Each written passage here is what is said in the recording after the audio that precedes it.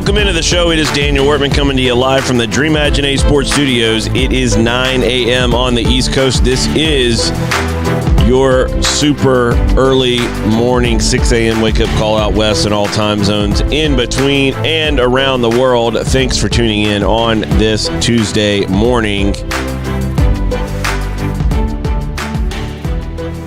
So we've finished up the return to football in Germany with the Bundesliga yesterday, and now have gotten through kind of opening weekend. No spectators, no supporters, very little people, very few people in the stadium for the matches.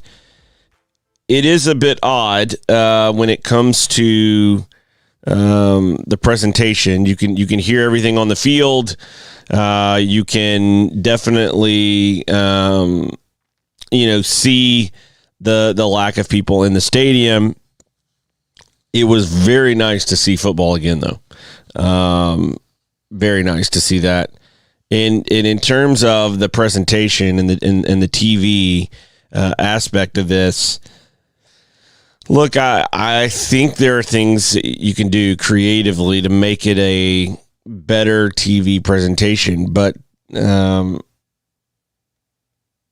it's kind of like a lot of things that we talk about on the show. It takes some effort, it takes some thinking outside the box, and obviously that didn't happen. I think there's opportunities in this kind of time, call it the COVID effect on matches for TV partners to rethink how they present their coverage. Whether it's different angles of camera angles or some other things, but it was definitely nice to see a return to the field. Yesterday on the show, we were talking a little bit about at the top of the show. We were talking about the MLS and U.S. Youth Soccer Academy announcement, and I want to clear something up. This is a Major League Soccer is now the administrator of the Development Academy. It's the same academy that was being run by U.S. Soccer. They're just essentially have abandoned ship, and Major League Soccer have taken over the administration role. That gives them control, power, authority. That's what they want. That's how they operate.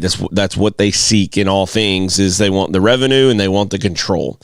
So they have control now of what, is considered to be the top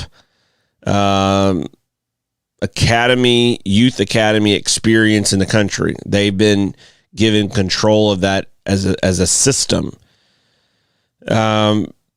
And so one of the things that has come out of this is this announcement about partnerships with U.S. Youth Soccer.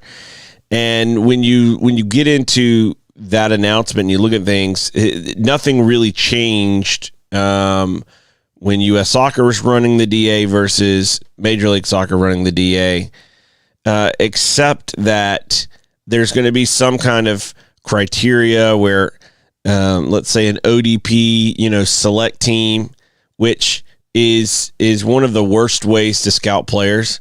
You throw a bunch of players that aren't used to playing together on the field, and that puts players at a major disadvantage from a scouting perspective. It's unavoidable. Like, time is the only thing that fixes that. And then, a higher level U.S. Youth Soccer in terms of their system, their National League system or whatever. Some of those teams that are not in the Development Academy will also, get an occasional opportunity to go and play in these regional showcase events, and some scouts may show up. That's basically all that came out of that. A lot of announcements and excitement to really say nothing or very little, and nothing that's going to significantly impact scouting in this country, youth soccer development in this country. None of that's going to be affected. And it really kind of brings me back to this point that our system, because it does not have access and opportunity for anyone anywhere, is very limited in the number of slots available. What I mean is, if you have a couple dozen, 3 dozen, let's say 100 opportunities to play professional soccer, and by opportunities I mean clubs, teams. So let's say between NISA, USL League 2, not USL League 2, NISA, USL League 1, USL Championship, and Major League Soccer, that you have 100 professional teams, and I don't even think we have that right now. We're well under that number, but let's say we're at 100, which would be more than we already have. Even then, that's like 2 pro teams per state. That's not a lot of opportunity. If you look at the Premier League, you look at the Championship in England, the London metro area alone has 1/10 of that number. Just in London alone, that's 10 teams at the top, 2 levels of the English pyramid, just in London alone. So we were talking through yesterday this idea that, look, if you had a professional team, for roughly every 200,000 people, what would that look like? And that would leave a city like New York with 100 professional teams. Now, that's not to say that 100 professional teams are at MLS or USL Championship level, but it's saying that they're professional in some capacity. So most of those, let's say, are operating at the Division III level of our current system in a NISA or USL League 1 type of scenario. And that's not to say that number has to be held to. I'm not advocating for a top-down approach. I'm advocating for the opposite. I'm advocating for putting the power and the freedom and the opportunity and the access of club growth, club formation, club prosperity in the hands of the people. Let markets decide for themselves. Let the cities and the communities decide for themselves. Are they going to support the club? Are the clubs going to do enough to win their support? And in doing that job, are they rewarded? If they win on the field, do they get to play in a bigger league? Do we incentivize the country to support soccer? Do we say, here's the opportunities, come and get them?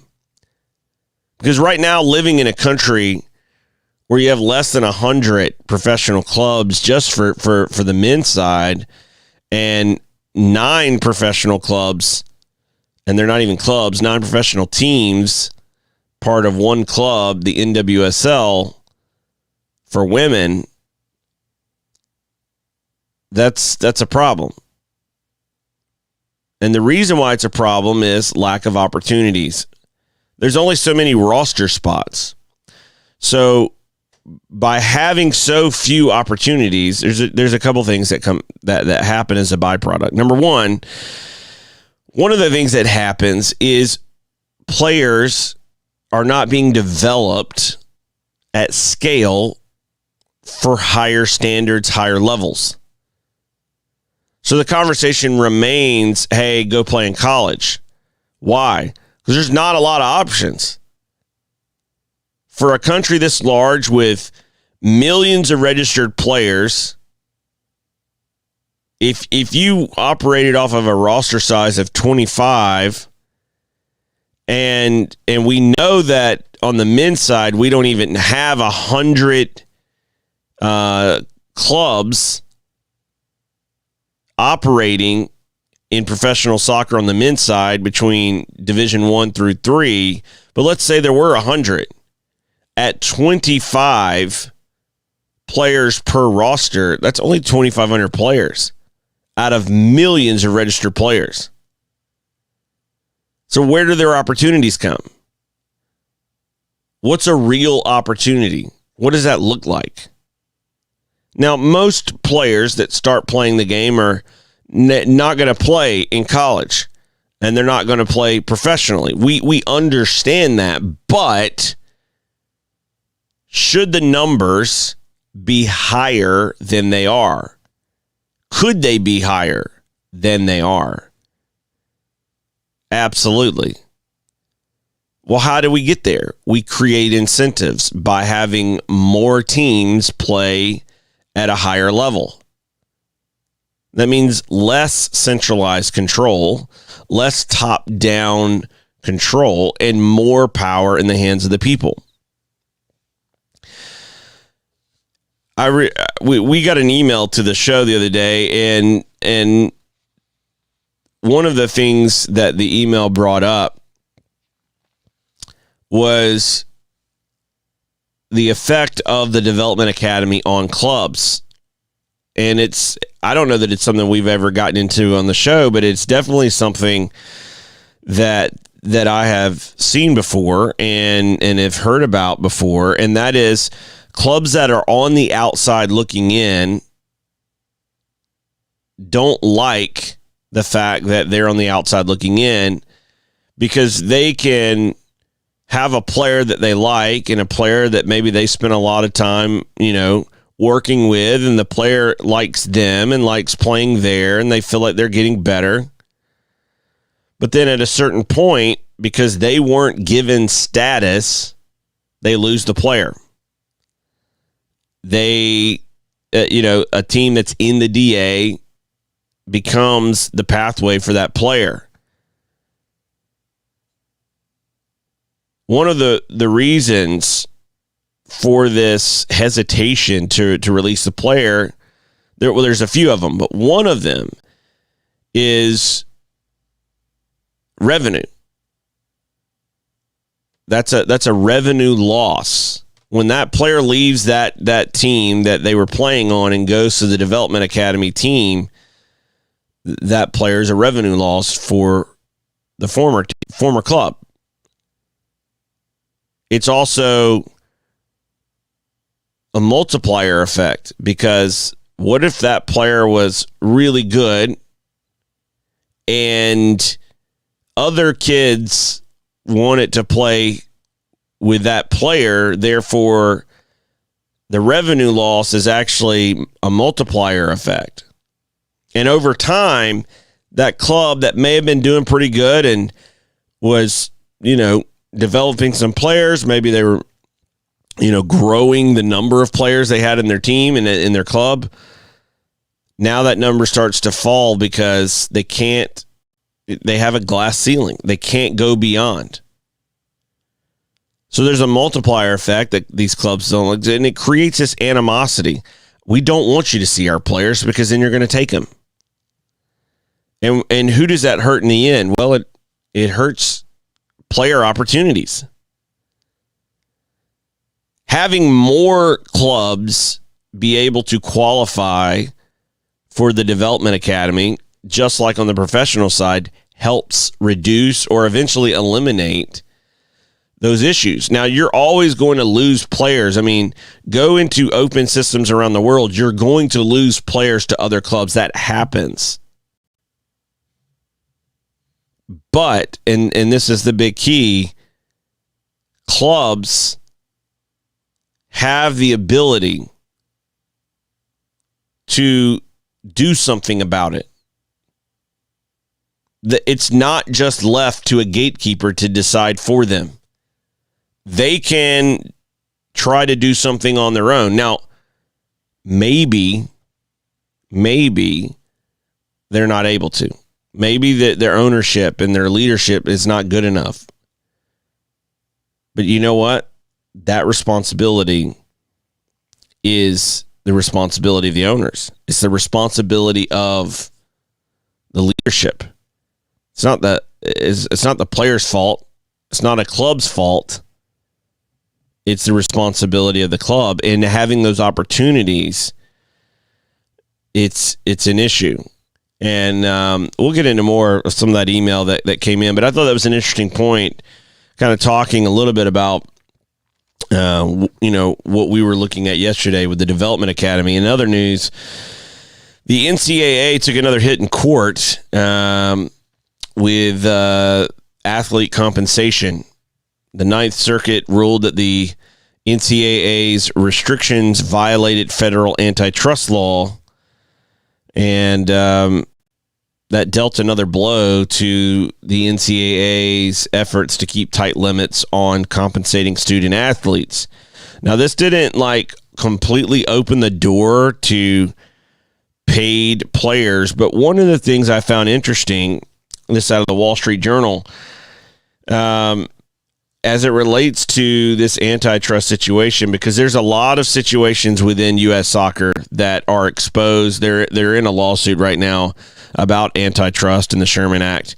The same lawyer, Jeffrey Kessler, that took on this case and is won the appeal, won the appeal again against the NCAA, is the lawyer working with the NASL on a Sherman antitrust case against U.S. Soccer, Major League Soccer. So interesting story to follow there, as the same types of accusations are being levied against U.S. Soccer and Major League Soccer. One of the things, though, that I found interesting in their coverage of this ruling in the Wall Street Journal is basically this idea about amateurism. So one of the parts of the opinion from the Ninth Circuit Court of Appeals is that this opinion also highlights that the courts are likely to continue to play an active role in the highly charged fight over the definition of athlete amateurism. And why is that important for the purposes of our conversation? Amateurism is a situation where in America, it has kept a lot of people from going all in on professionalism in soccer. They're afraid to lose college eligibility, college as an option. If the amateurism rules continue to change and tweak, there could be a very big positive side effect to that, and that is families as well as clubs are no longer hesitant to invest or treat players in a certain way because of losing college eligibility. If players are not at threat of losing the opportunity to play in college, even though I don't think that should be their aspiration if you want to play at the highest level, but having that as a backup or a fallback option for players and not having that in jeopardy, that means that those players and clubs, and even in more clubs than we're talking about now, have the opportunity to really say, hey, let's go all in on trying to create professional players. Look, it's not going to hurt you with college.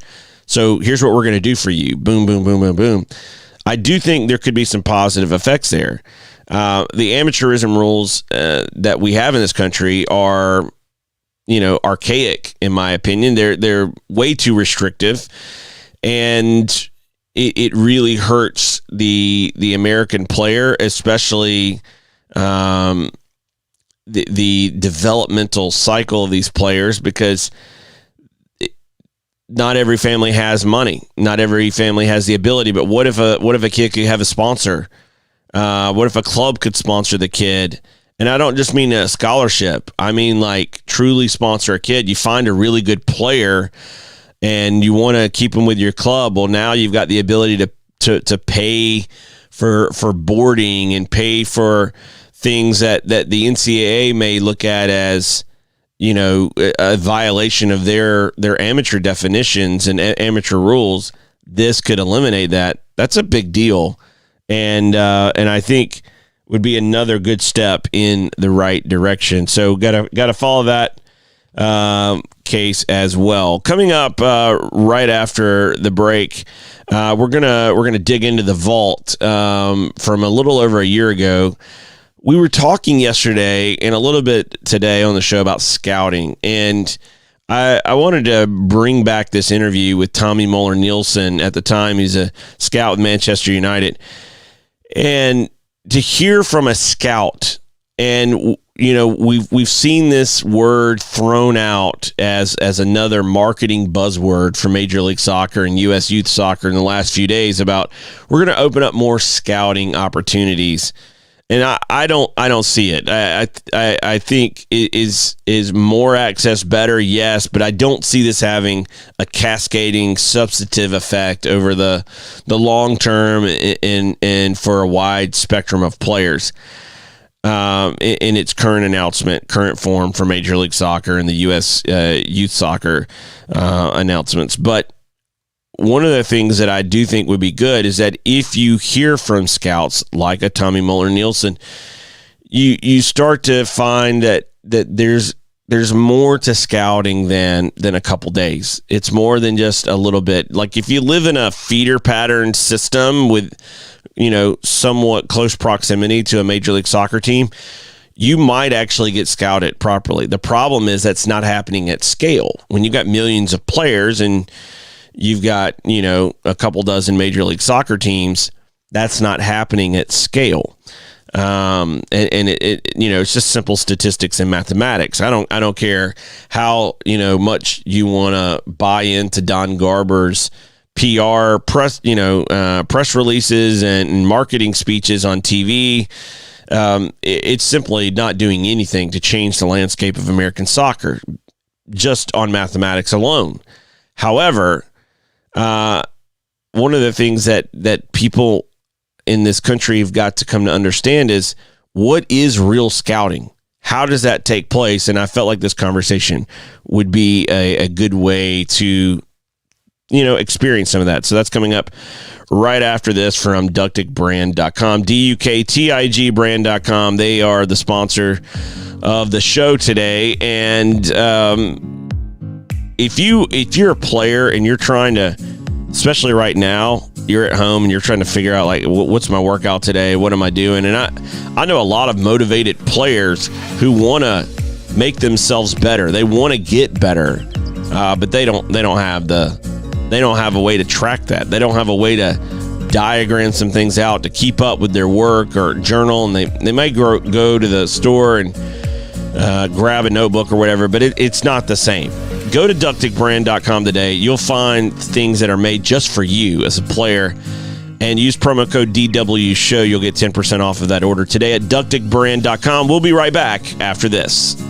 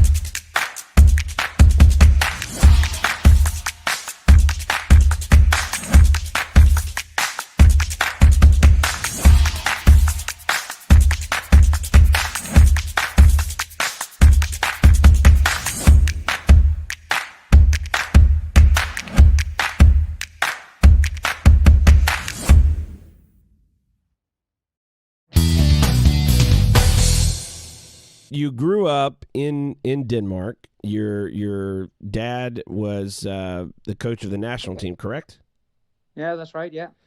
And so you grew up as a player and have spent time as a coach and now as a scout. Before we get into the scouting piece, I want to go back just for a second and kind of talk about like your youth growing up, in the shadows of your dad and his work and kind of being able to grow up in and around the game of football. Tell us what that was like growing up there as a kid there in Denmark, having that kind of access to the game.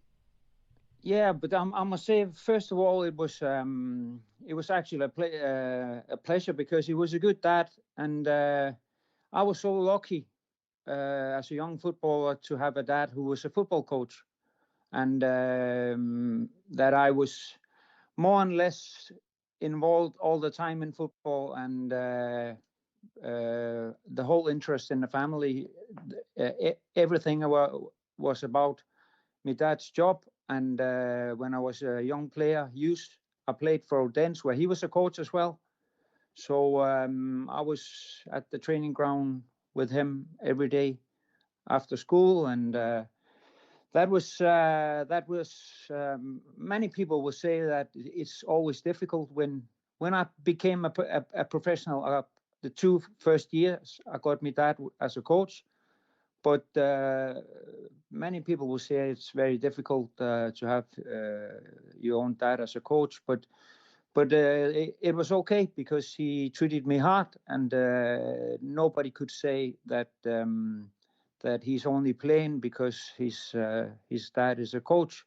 So I had a good youth time in Odense. BK is a great club in Denmark, and great club for the kids as well. And we had at that time Danish champions and Danish cup winners. So it was brilliant at that time. So you continue your pathway up as a player. At what point did you decide, okay, hey, I want to transition out of playing into coaching? I did. I wanted to play as long as possible because there's two things about football. It's just the best thing about football is playing, and my dad always told me play as long as you can, and he's telling that to everybody. He told that to everybody, but I was unlucky to get a bad injury at 30 years old, and with a bad Achilles injury, and but sometimes it can be when you got an injury early, because I know exactly what I wanted to be. I wanted to be a coach like my dad, because I could see he had an exciting life, and I could see that he could make a living out of his hobby.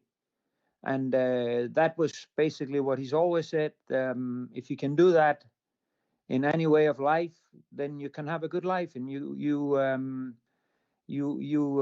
enjoy it. So I know for sure, since I was young player, that I want, after my career, which I've actually sought because I was very fit, that would be a long career. But I was so unlucky with that injury, so that I couldn't come back. But then you can say again that then you come in early into coaching, and that can be very helpful for you instead of coming in maybe when you're older. So I wanted to play as long as possible, but an injury simply stopped me, and I went early into coaching.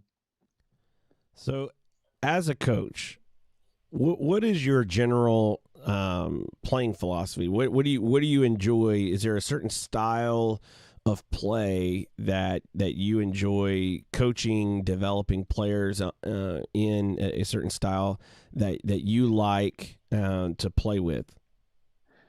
Winning the football games. That's simply the first thing I'm thinking about. Looking at the squad when you come in as a coach, looking at the players, what you have, what kind of. It's not so much about football. Is of course about system, and about, there's a lot of things that has to be in order. But first of all, you have to look at your players.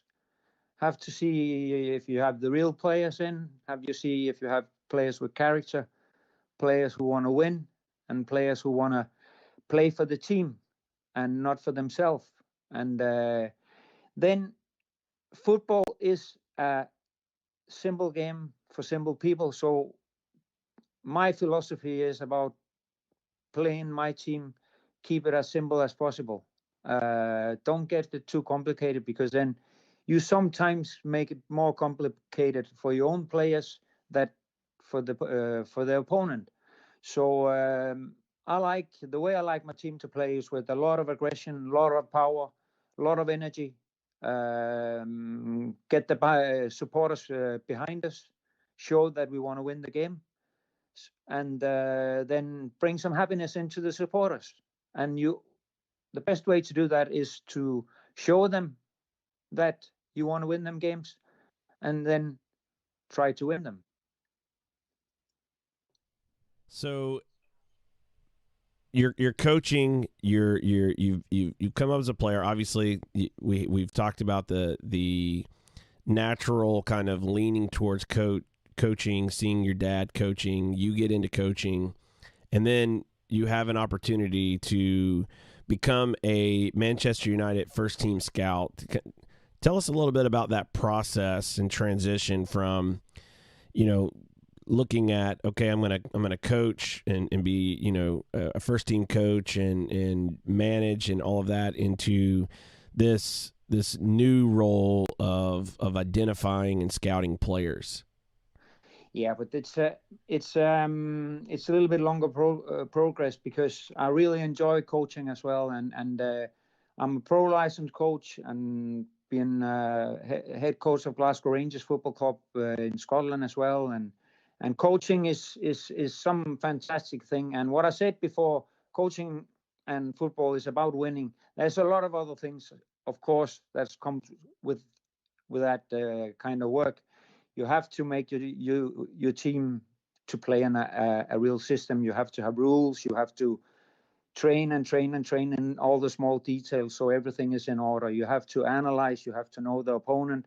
There's a lot of things to do, but mainly it's about to be so prepared that the players know exactly what to do. And football in football games, there's so many things happen, millions of things.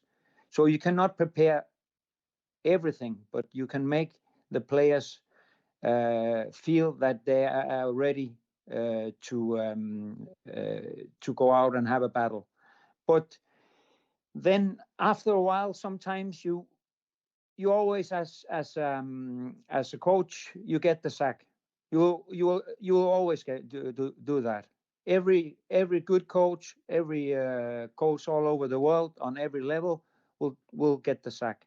It's come with the games, and then I was lucky at the beginning when I went to Everton with Walter Smith from Glasgow Rangers. We went down to Everton, and when the manager is getting the sack, the whole staff is going out.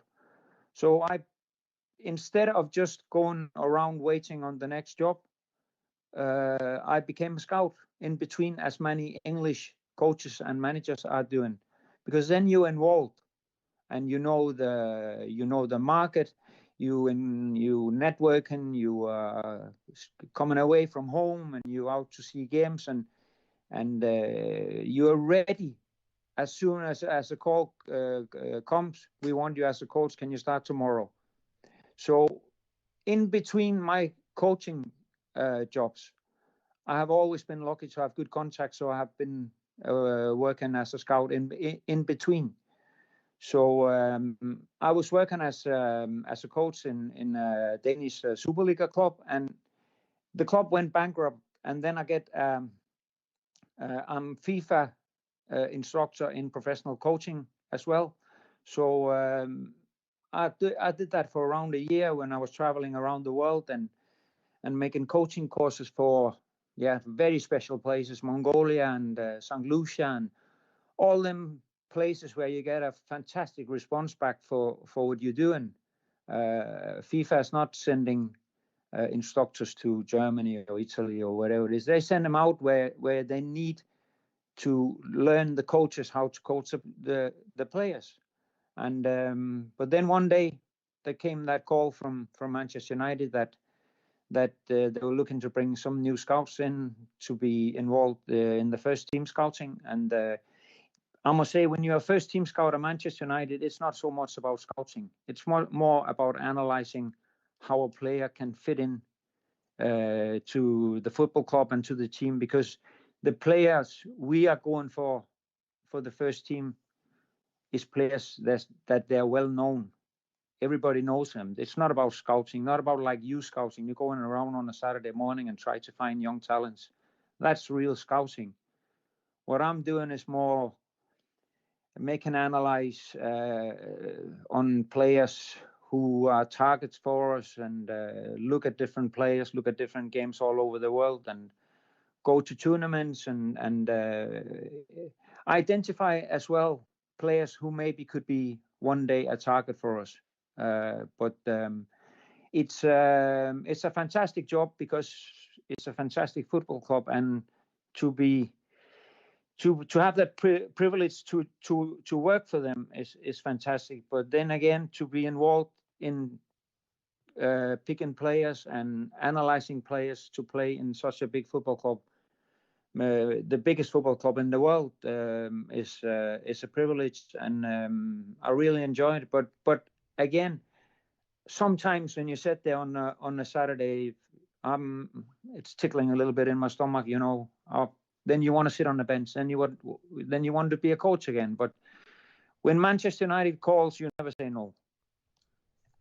So I wanna kind of dive in for a second on some of the stuff you were just talking about in terms of the scouting and the process for the American player and the American family. This area is very, very, very unknown.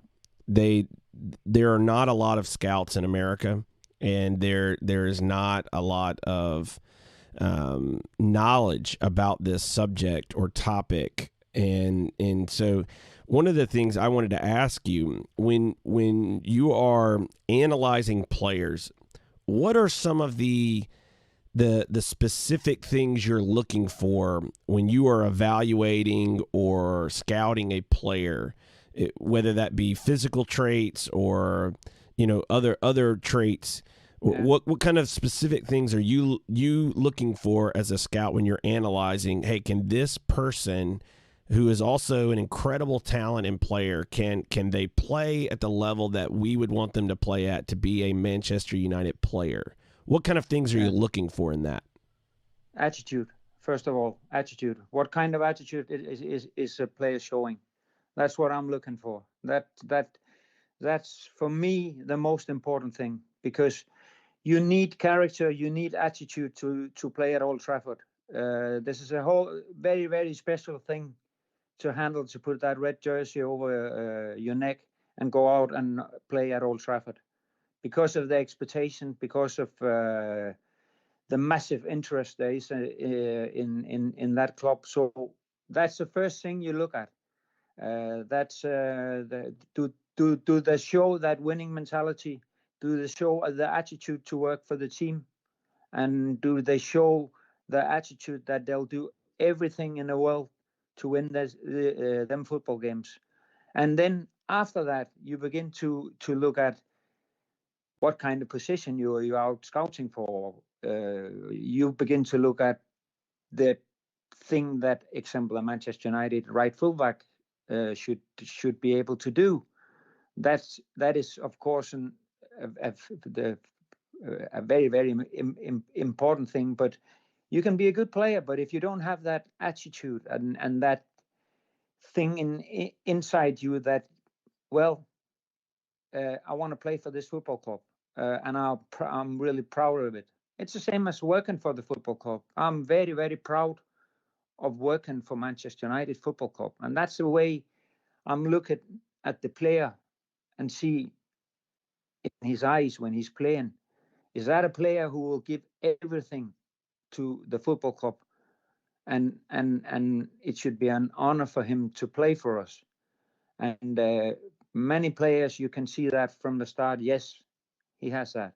You can see, and then you go and see him away. You go and see him home. You see him against the hard opponent, against the weaker opponent. You see him in bad weather, and you see him when it's really cold winter time or something. And then you see, is the attitude still there, or is he dropping because it's a little bit cold or whatever it is? So attitude and energy level, winning mentality, and then of course his football quality. You need to be among the best in the world to play for this football club. So, as you're evaluating a player, you just talked about multiple scenarios: good weather, bad weather, a hard opponent, an easy opponent.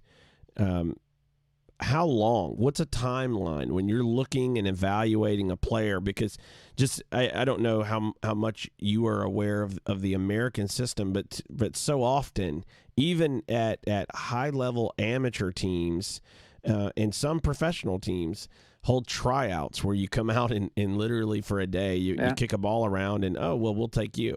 How long are you evaluating a prospect for Manchester United when you're scouting from a timeline perspective?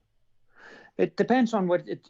Of course, we have them windows here, winter time and summertime. We have the transfer window, and we working up to that window. So it's normally around.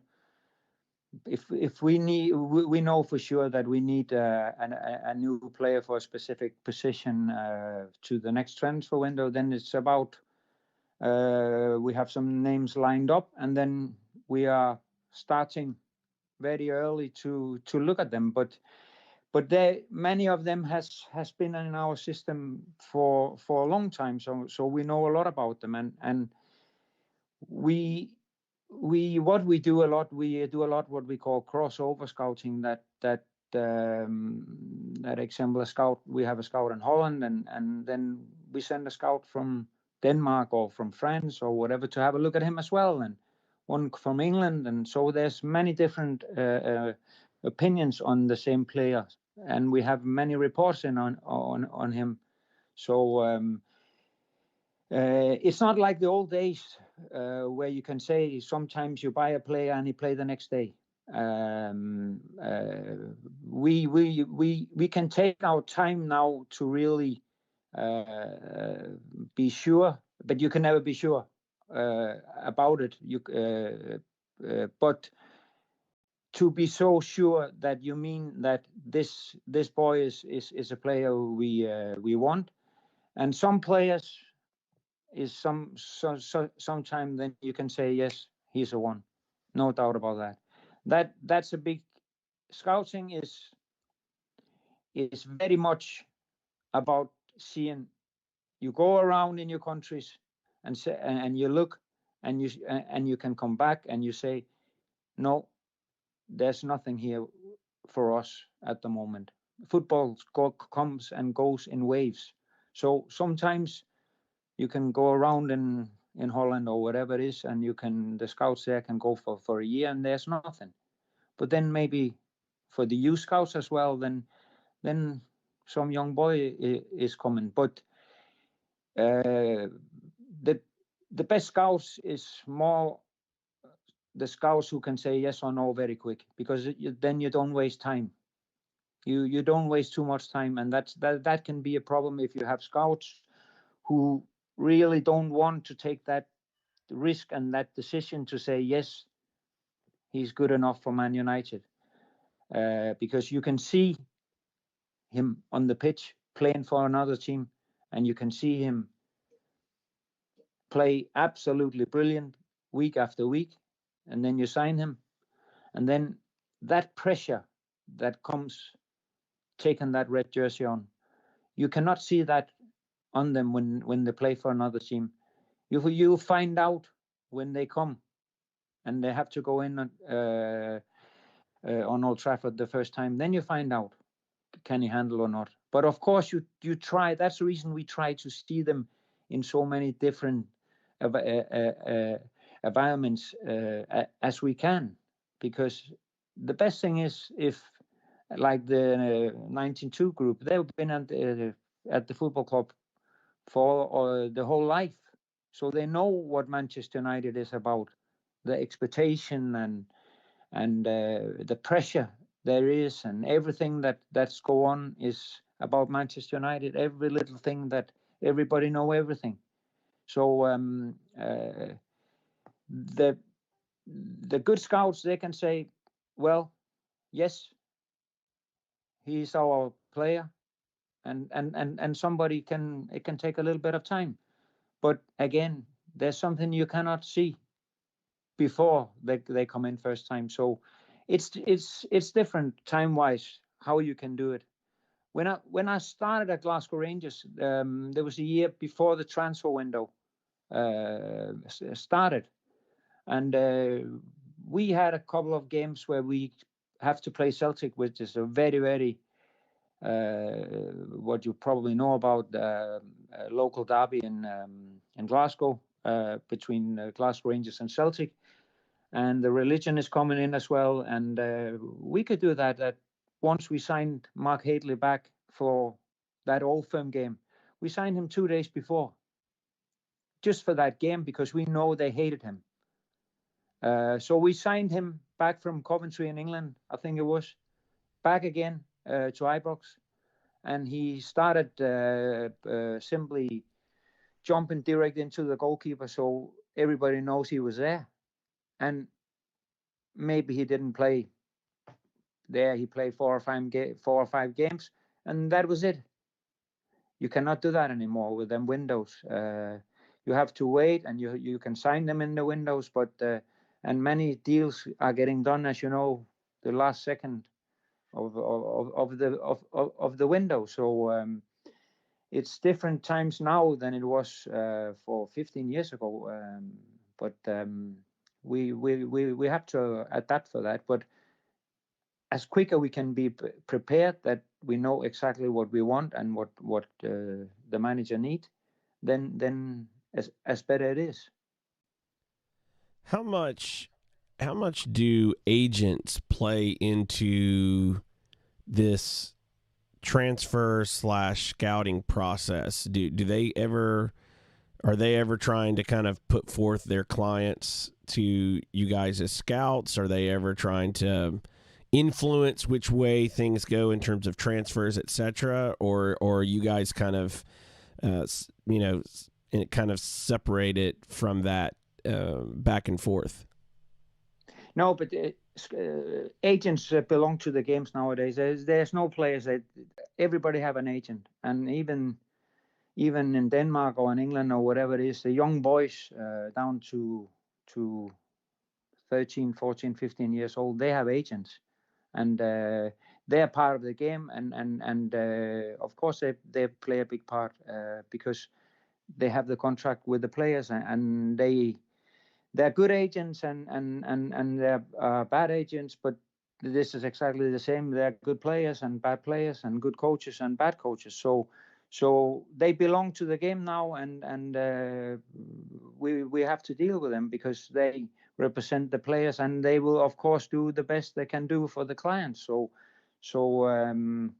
that's how it is. They belong to the football game now, and there are many good agents as we don't have any problem with. So of course they play a big part because they want to do the best for the client. That's a part of the game, and they're there, and that's the same in basketball or baseball or whatever it is in America. I don't think there's a basketball player over there without an agent. I don't know, but I think it'll be exactly the same.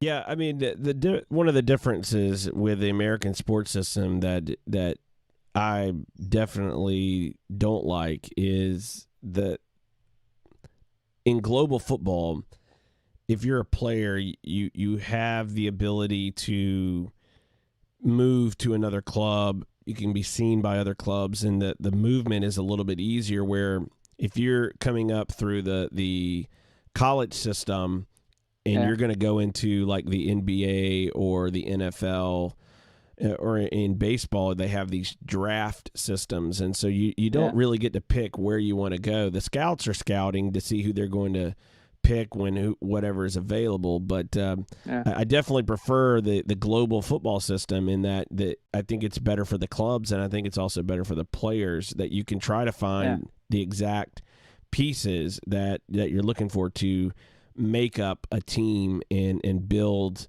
a roster and a squad that matches the way that the manager wants to play.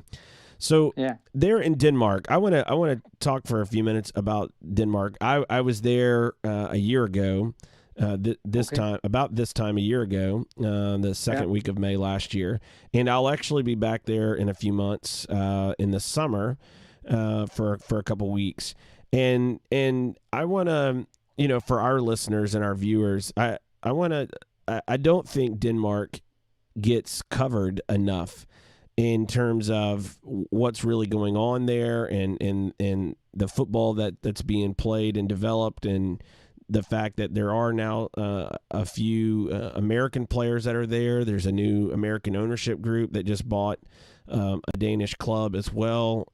What are you seeing there in Danish football locally? I see a lot of games here. I see a lot of games in the whole Scandinavia, because this is a part of a scout's job as well, to be aware of what's going on. And every scout in Manchester United have an area where you come from. Now I'm coming from Denmark, so I'm covering Scandinavia. But again, as I told you, it's different, because the level in Scandinavia is not so high as it is in Germany or whatever it is. So, but the level of football, example, if you take Denmark, it's the boys are well educated, and compared to America, United States, they play football the whole year. They don't have. I'm so lucky that I have a son who's going on university, on college in Texas, and I don't understand the rules, and I don't 100% understand what's going on. That half of the year they are not playing games. Example, they play all the games in the first part of the season. They play with Thursday and Saturday, and Thursday and Saturday, and then the last part of the year, or the last 4 months or 5 months, what the semester is, they don't play any games. He got a scholarship in soccer, my boy, and that's a big problem in my head, that you should, like you have seen here in Denmark, that all the kids here, they have good coaches, they have good facilities, they have the backup from the club.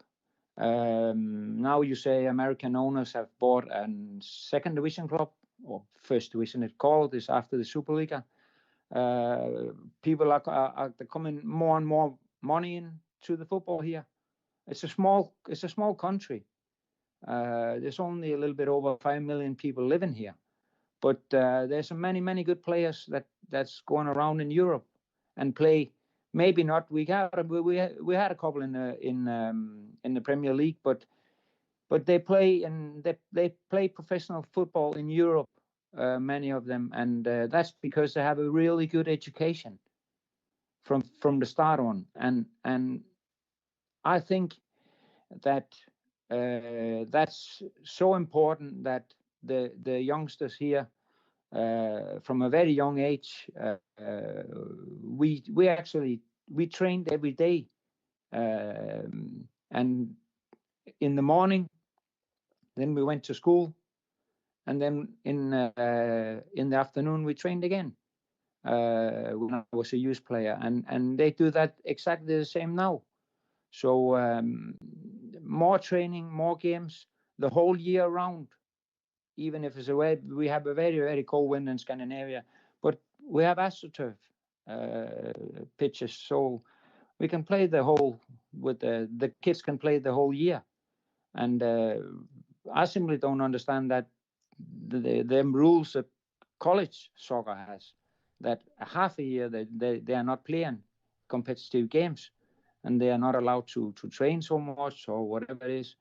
It's a huge difference between a small country, as you mentioned before, and then a massive country like America. You should have be much better than Denmark, but Denmark is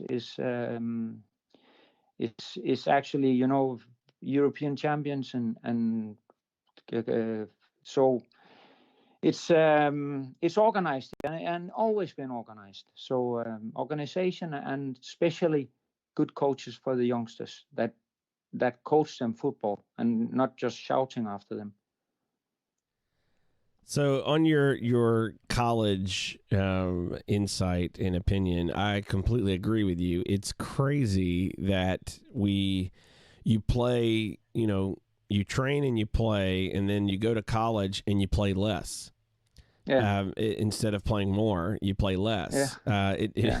It really doesn't make a lot of sense, and a lot of that comes down to in America, you have a different organization in charge of the schools than the soccer. So the NCAA, or there's another one called the NAIA. In both cases, they have some similar rules where you do get this congested schedule in the fall, and then really nothing of substance going on in the spring. Yeah, and right. and you're not getting that year-round play. Although I've heard that there have been several prominent coaches who have been getting more and more outspoken on that issue, saying, "Hey, we've got to change. We've got to make some changes."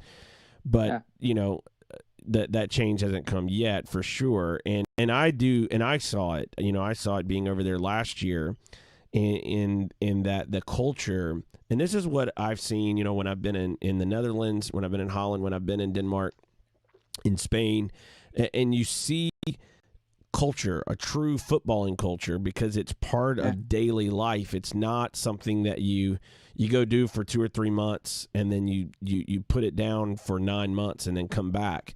That's not how you create real culture. You create culture by making it part of your daily life. So you're training in the mornings, you're training in the afternoons, as you were talking about and describing, and that is how you start to create this culture, a true footballing culture around the family, around the player, the kids. Everyone kind of understands this is a way of life if you're a footballer, and so your whole life gets woven into this football experience. And then there are some who are like you, who are fortunate to have grown up in the game and then have continued to make the game your profession, as a player and as a coach and as a scout, and continue to be involved in the game and continue to work in the game, and so that is one big difference than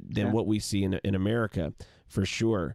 So when you look at Europe, and you look at some of the recent, I don't know if you saw this, the recent comments from the president of Juventus, who's wanting to kind of change up the Champions League and make it more of a league, and those teams not necessarily playing in their domestic league. What are have you read any of that, and do you have any thoughts on some of those ideas? There hasn't been so much talk about it as I think he's been starting it, and somebody has been following it up, but I don't think the Champions League that's going on now, and now the Euro League as well, is a huge success. and it makes everything better because it's create a lot of money into football as well, and the interest in them games is unbelievable. But I think if you take that thing away, the daily interest in example taking all the best teams away to play in one big European league, uh, you will kill the football. You will kill the interest in it, because I was in Scotland when there were Glasgow Rangers, Celtic, Aberdeen, Hearts. Example, they were some of the stronger teams, but at some point, Glasgow Rangers got massive financial problems and were relegated down to the fifth league or something.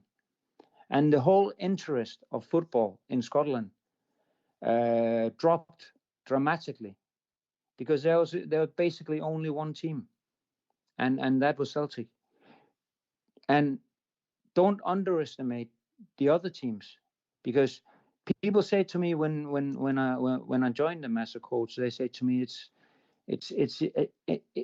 it's an easy league. You only have one competitive team up there to play against. But when we went to Kilmarnock, when we went to Dundee, whatever we went to, it was like a war, because the games were so difficult. Because if they could have a draw against us, it was fantastic. If they could win against us, it was unbelievable. But if they lost, yeah, that was expected. So it was so difficult to play them games. So the interest in them big clubs coming to smaller cities with smaller clubs, that will go away if you take Dortmund, Bayern Munich example away from Germany, and let them play in a league in Europe for themselves, together with Manchester United and City and Arsenal and Juventus and Barcelona and Real Madrid, just for name some clubs, for example. That them clubs going around is, of course, as well, the supporters are coming to see them as well.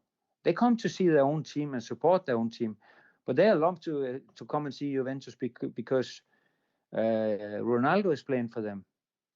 When they go and play Torino or whatever they're going to play, so that will take all them things away from the football. So I don't think that will ever happen. I hope not. I hope that we No. don't. I hope we don't ever see it. I'm No. completely with you. But that was exactly the same that they were talking about. Glasgow Rangers and Celtic is massive football clubs. We have 54,000 to every home game, and on the same Saturday, Celtic could play on the other side of Glasgow with 60,000 people. And Scotland is a small country like Denmark with 5 million. And they were talking about that them two clubs was too big for Scotland. They should play in the Premier League. But no way. People talked about it. There was a lot of, I don't know if you can remember all the talk. Yes. There was that they should join the Premier League. But nobody would allow it, because that would take so much away from the whole football world of Scotland that will never happen. And that's exactly the same as when you're talking about a European league. I think that would be the same. Well, like I said, I really hope that we don't see that come to fruition. I really like the Champions League in the way that it's currently formatted, Yeah. and don't want to see the domestic leagues sacrificed for some idea of a European Super League. I think in the long run it would definitely, like you were stating, I agree, would have detrimental effects on domestic football, but I think it would also have detrimental effects on the clubs themselves who were going to leave to play in the Super League. There's nothing, like having, even though it may not be as big a name as Barcelona and Liverpool playing today, when Barcelona plays Espanyol or Villarreal or Valencia, any of those clubs, there is a specialness, special quality to those matches as well, and I think that the soul and essence of football would be lost in that kind of setup. So.